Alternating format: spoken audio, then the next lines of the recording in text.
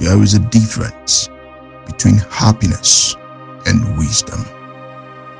He that thinks himself the happiest man is really so, but he that thinks himself the wisest is generally the greatest fool. If a man will begin with certainties, he shall end in doubts. But if he will content to begin with doubts, he shall end in certainties.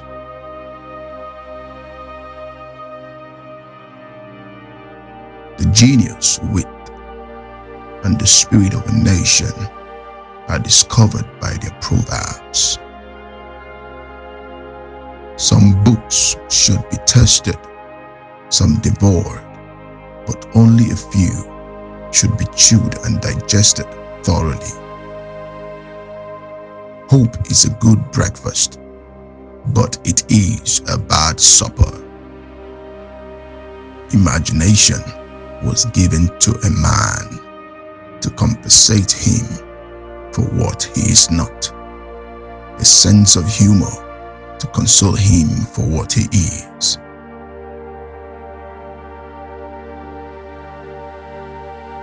Begin by doing what you want to do now. We are not living in eternity. We have only this moment, sparkling like a star in our hand and melting like a snowflakes. Reading maketh a fool man, and writing an exact man. And therefore, if a man writes little, he need present wit, and if he read little, he need have much cunning to seem to know which he doth not. In taking revenge, a man is but with his enemy, but in passing it over, he is superior. The general root of superstition, namely that men observe when things hit and not when they miss, and commit to memory the one and forget and pass over the other. Ambition is like choler, which is an humor that maketh men active, earnest, full of alacrity, stirring, if it be not stopped, but if it be stopped, and cannot have his way, it cometh on dust, and thereby merling and venomous.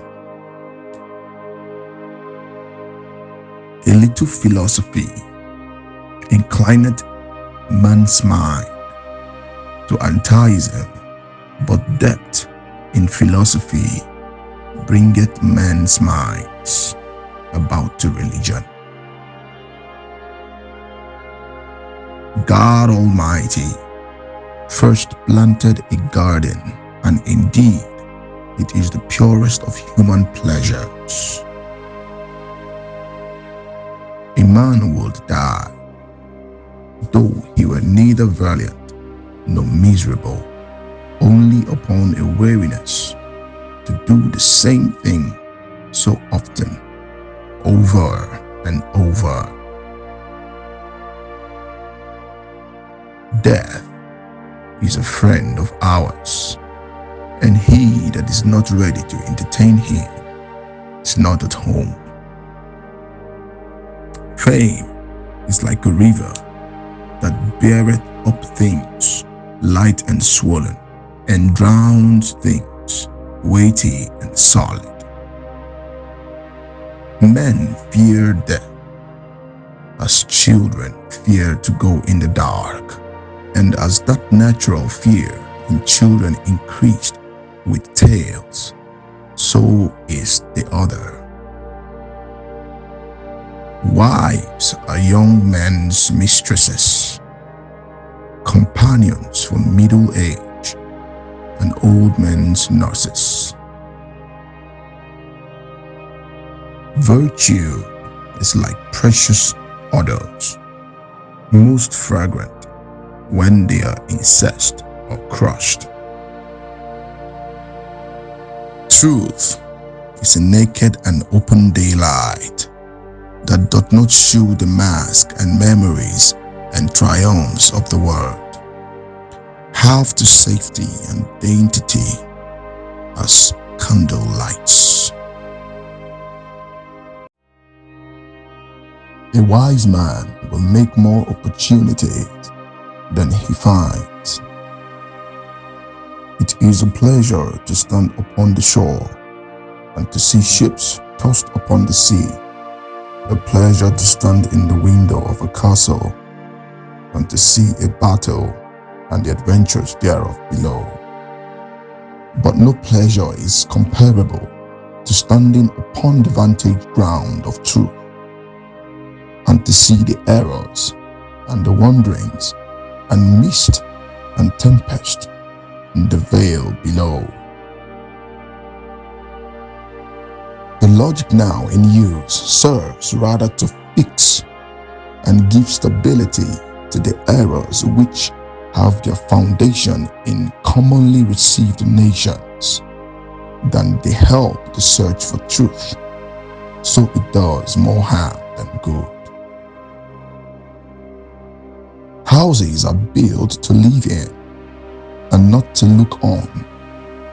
Therefore, let us be prepared for uniformity.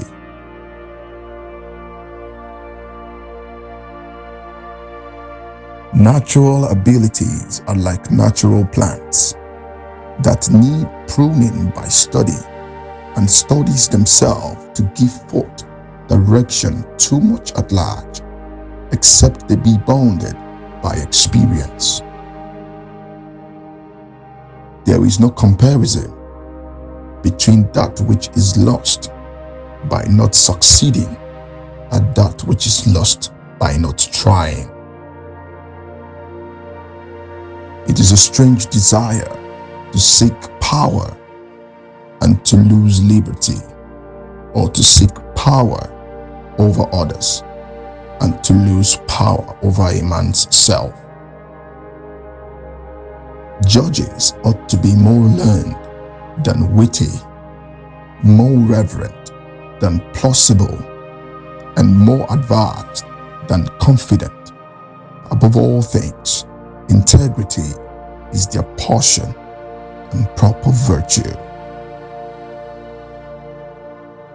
Discretion of speech is more than eloquence, and to speak agreeably to him with whom we deal is more than to speak in good words or in good order.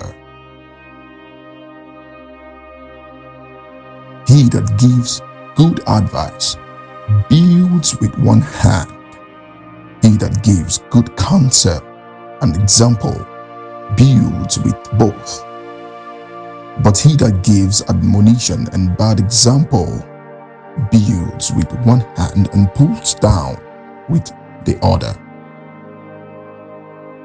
The quarrels and divisions about religion were evils unknown to the heathen. The reason was because the religion of the heathen consisted rather in rites and ceremonies than in any constant belief. Good fame is like fire. When you have kindled, you may easily preserve it. But if you extinguish it, you will not easily kindle it again. People usually think according to their inclinations, speak according to their learning, and ingrate opinions, but generally act according to custom. Judges must be aware of hard constructions and strained inferences, for there is no worse torture than that of laws. For my name and memory, I leave to men's charitable speeches and to foreign nations and the next ages.